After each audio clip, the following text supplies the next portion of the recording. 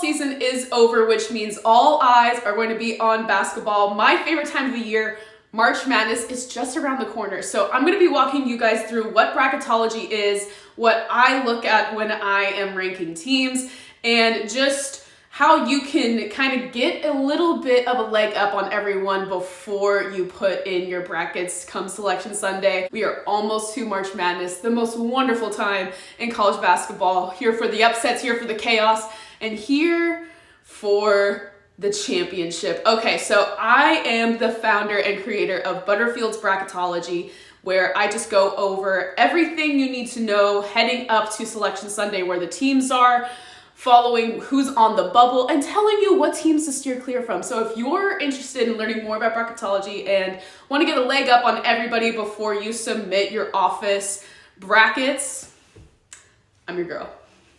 I'm Christine Butterfield, and if you love sports, basketball, player interviews, be sure to follow for more. So if you're new here, you're probably thinking, Christine, what is bracketology? Well, bracketology is predicting where a team will be in the NCAA bracket come March Madness time, come NCAA tournament time, and you track that and try to project that by looking at their strength of schedule, the quality of teams that they've beaten, the quality of teams they've lost to, their offensive analytics, defensive analytics, etc. There is so many things that go into this, their strength of conference. So there are a lot of things to look into so that you can know kind of like the strength of the team and see where you think that they will probably end up come bracketology time, March Madness, all that good stuff. It's only a month away, so we're really getting into the nitty gritty. There are teams that are already kind of in that zone where you know where they're going to be. Like, they can't really mess anything up at this point to move them too far down. But at the same time, there are those that are on the bubble where this month is the most critical time for their play. So if they can get some really quality wins in the next few weeks, they're going to bump up and still make that seeding and bump a few teams down and be able to make the tournament, which is ultimately the goal for a lot of these schools that aren't necessarily a blue blood and are looking to get better in recruiting, all that stuff. Another interesting factor of bracketology is that I recently got asked about how it correlates with the AP poll, and these two things I think are incredibly different. There is some overlap, but they don't necessarily match each other.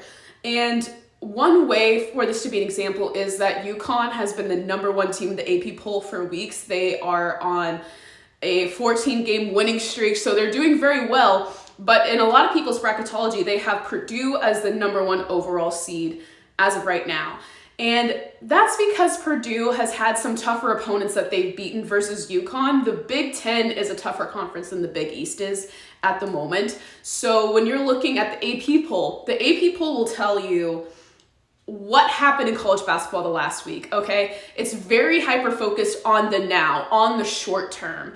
So it will say if a team won game and lost one game, you'll see them maybe fall a few spots. But if they lost both games, they're going to fall 10 spots. But bracketology is focused on projecting where they will end up based on the entire season, not just based on a very small sample size from that team. So you're going to see bracketologists, if someone loses a game and wins a game, they're probably not going to move as much in the seeding of their brackets, because ultimately that's just 1 week of their schedule when bracketology looks at their entire non-conference and conference schedule to project where they will end up come NCAA tournament time. Very interesting, but it all ties it together because a team that's not on the AP poll is probably not going to be in the top 16 teams that get a 1 through 4 seed, right? So there is some overlap, but if your team is like top 5 of the AP poll, but they're a #2 seed, that's why that kind of occurs, because you're looking at a lot more than just what happened the previous week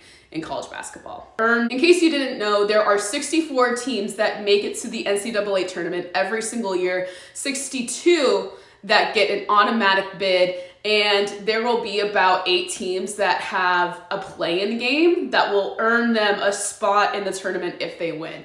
There are those on the bubble teams that it could go either way. Maybe they're not from a Power 5 school, maybe they are, and their schedule either wasn't impressive enough, or the committee thinks they just had a few losses where they didn't look like themselves. They had a hard injury, but that player's back now. So let's see if they have what it takes to go to the next level. And those are the teams that usually play in the play-in games to try to get into the NCAA tournament. Into my projections, right? How can I tell whether a team is good, whether they're great, whether they're going to be in the top 1, top 4 seed, or if they're on the bubble? It all comes down to their analytics and the strength of their schedule.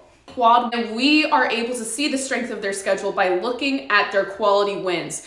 You want to have as many quad 1 wins as possible in college basketball to prove that you have beaten tough opponents and that you are ready to take that step and get the best seeding in the NCAA tournament.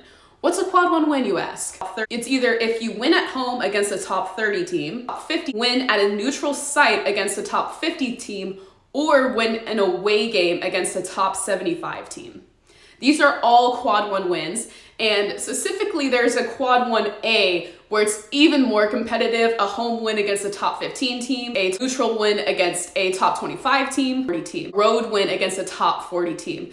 Now, quad 1 wins are obviously the best, as I've said, but quad 2 wins are still very reputable. Quad 3 wins are kind of like, okay, if you're getting into the quad 3 win territory, you want to make sure that that team basically is undefeated in quad 3 wins, same as quad 4, and we'll go over that. And 2 is a home win against a top 31 to 75 team, or a neutral win against a top 51 to 100 team, a road win against a top 76 to 135 team. Big range, I know, but that's the type of range that gets to quad 2. So you can see why you have to win all those quad 2 games, because there's a larger range that is allowed to be qualified as a quad 2 win. Now quad 3, for example, goes home win against a top 76 to 160 team. Neutral is top 101 to 200. Road win versus 136 to 240. And I shouldn't even need to get to quad 4, because at this point, you know, like, okay, if you aren't beating a team that's in the top 200, like, what are we doing here? That's whenever you hear these announcers, analysts say quad 2, quad 1, those are the parameters to know what that would have meant that they did. The quad 1 wins are one of the hugest analytics they use to see where teams fall. The top 4 teams right now, Purdue, UConn, Arizona, and Houston all have at least 7 quad 1 wins. Everybody else below them has 6. And this is me talking as of right now. So that could be different by the time you watch this video. But as of right now, those top 4 have the most quad 1 wins of anyone else in NCAA basketball. And that's why they're all projected to be number 1 seeds right now. As I said earlier, it's kind of hard to think that Purdue and UConn will not be a number 1 seed. But the Big 12 is a huge animal. And while Houston's managed it as of right now, Iowa State's chomping to get them back. They've already beaten Houston this year. They've already beaten Kansas this year as well. And Kansas has beaten Houston. So the 3 of them are really battling for this top spot. And listen, you kind of have to have a Big 12 team as your number 1 seed, because they are known as the best basketball conference in the nation. So if you don't really honor that by not having a number 1 seed, it's gonna look a little weird. Then there's Arizona. Arizona has been pretty strong. They have Caleb Love now, who is a transfer from North Carolina. They've had some quality wins, although the Pac-12 is not that strong of a conference, so take that with what you will. But they had a strong non-conference schedule, so that's why they're still up in the top tier. I'm going to include some of my other bracketology updates that I've done. Usually how I structure my bracketology updates is I'll start with the date and then the preview that you can expect my next update. Then we'll get into the notable section. What conferences you should look out for, the top games that will result in maybe a change in the seeding, or if there's a huge conference matchup that could react to one team, you know, getting above them and getting the top spot in that conference, they'll also have a notable game. Then we move into the top 16 teams, and those are structured with number 1, number 2, number 3, number 4 seeds. And you don't really see a lot of movement in number 1 right now, but let me tell you, 2 through 4, they're spicing it up. They're spicing it up, and it's getting really interesting. So we're going to be doing all those updates up until Selection Sunday on March 17th, I believe. And then on the bottom, we have the on the bubble teams, which is the last 4 byes, last 4 in, first 4 out, and next 4 out. The last 4 byes are the teams that don't have to worry about going in that play-in game. Like I said earlier, they're going to be the last 4 teams that get a bye into the NCAA tournament, right? Then you have your last 4 in, and those are going to be some of the teams that have to play that play-in game in order to get a bid to the NCAA tournament. So they're the ones that's really rocky, like you barely got in here, bro, okay?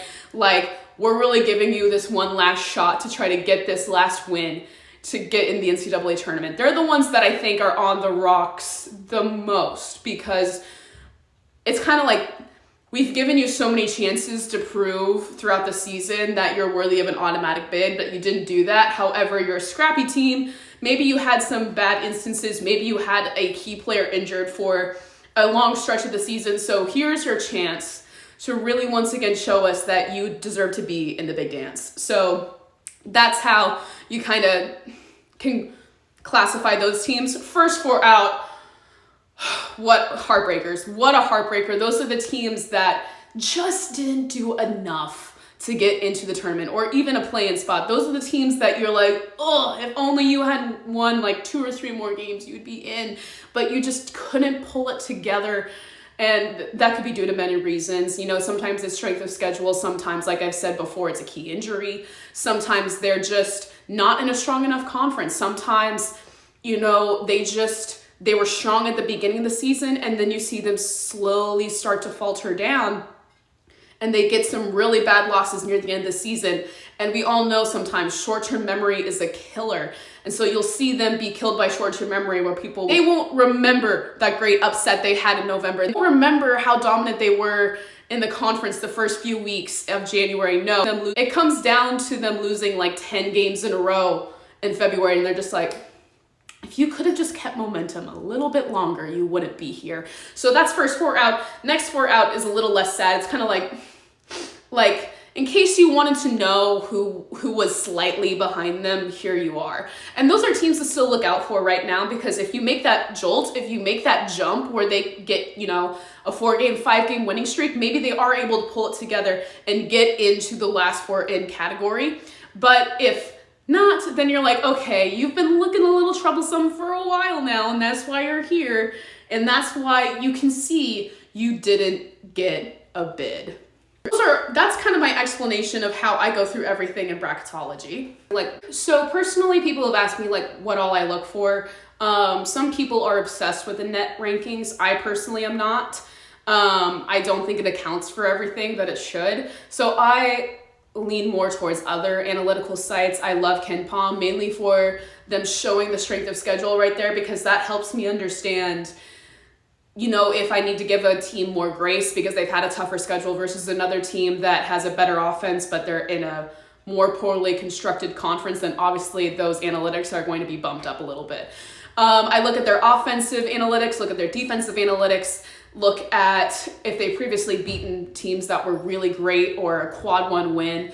You got to look also at just their storied program. If they're like Tom Izzo up at Michigan State, and I'm like, listen, if Michigan State gets into the tournament, they're going to the Sweet 16 because of Tom Izzo. Like, you do have to take that into account, because there are coaches that are able to pull in things on the clutch. Coaches that just know once this time of the year comes how to lead their teams, because they've been here before, they've done it. If they're a newer team, you're kind of left to be a little bit more skeptical. Like, can you manage this many high pressure situations back to back to back? Because that's what March Madness is. So kind of factoring that in a little bit as well to give certain teams the benefit of the doubt over other teams. But those are the main things that I look at when I'm looking into ranking teams in my bracketology. I think that's it. I think we got it. If you have any questions, or if there's anything I didn't cover, please let me know, because we're going to be doing another breakdown of how to, you know, kind of go through your brackets and select those teams, and how to understand kind of what zones are more prone to upsets versus other zones. It's going to be an exciting topic. So if you're looking for a total bracket breakdown, that will be coming closer to the NCAA tournament.